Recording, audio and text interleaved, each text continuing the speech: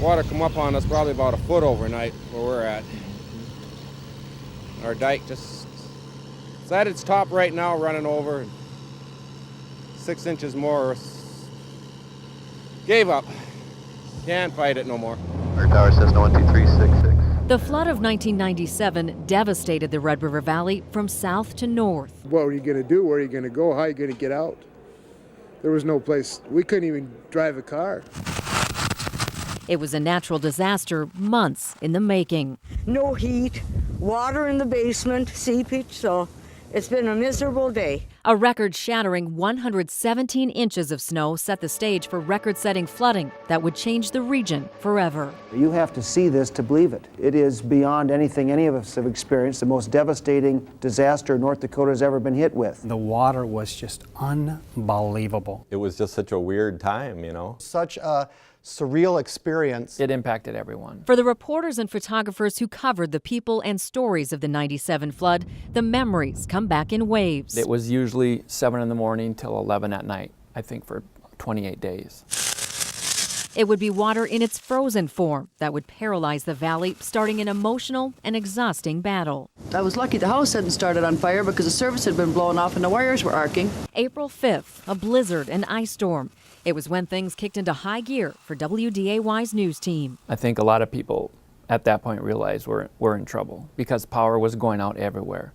Poles were snapped. It was like, what else could Mother Nature give us? For photographer Mike Sweeney and reporter Austin Schauer, the storm brought a quick lesson in the power of rising and freezing water. Wapaton's flooded, but it's frozen. It was just strange.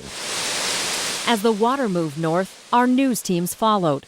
For reporter-photographer team Kevin Wallivan and Chad Peterson, that meant days capturing the frantic battle to save the tight-knit Oak Grove neighborhood. Hearing the police talking through their intercoms, it's like neighbors of whatever community come out and help restore this dike. I was shoveling sand into a pile in the driveway, and I seen these people running at me saying, get out of here. I've never seen people run like that in my life. And they just started noticing water going, and it didn't take long before we couldn't keep up with it. 200 people sandbagging. You couldn't hear anything. Everyone was just like focused. Like, we gotta save this neighborhood. It's devastating. As the flood fight in the southern valley unfolded, communities in the northern end of the valley got an up-close look at the wall of water and the flood fight headed their way. It was like, oh my gosh, look at this. This is like a war zone. There were guard troops coming down the road with their huge trucks busting through the ice. There was a helicopter from the guard above us. People just looking like, what is happening to our town? This is something that this town was totally unprepared for. You're seeing these senior citizens are climbing into a front end loader and getting taken to a army vehicle to get taken out. You're just like, how is this happening? How did this happen? Those scenes in Ada, I think, are forever burned in the minds of anyone who lived there. Just outside Ada, a different battle. I gotta go. There's one hen over there. Ken Visser's frantic fight to save cattle that broke through frozen floodwater and were drowning.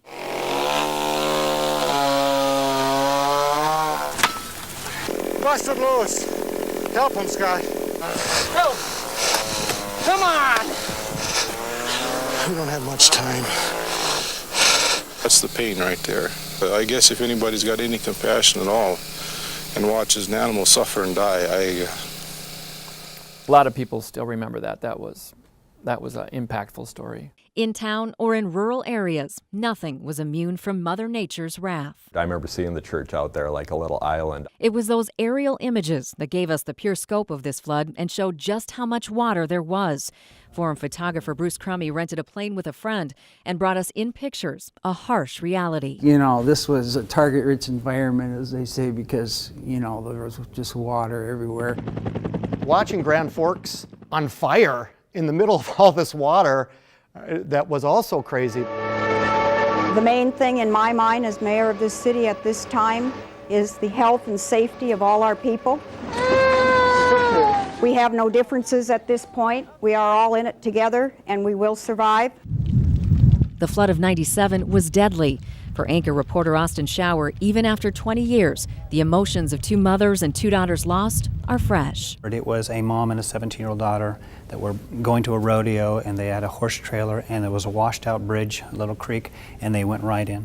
And we were visiting with the sheriff, and they were still trying to see what's going on. And then when they pulled the bodies out, he came back to us, and he looked at us in the eyes, and I'll never forget that. His face was so white. It was like he had seen something horrible, because he had.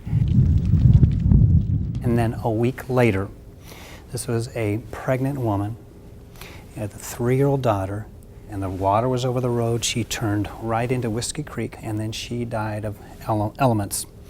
And the next day, the farmer found her, and she was curled up in a fetal position with that little 3-year-old.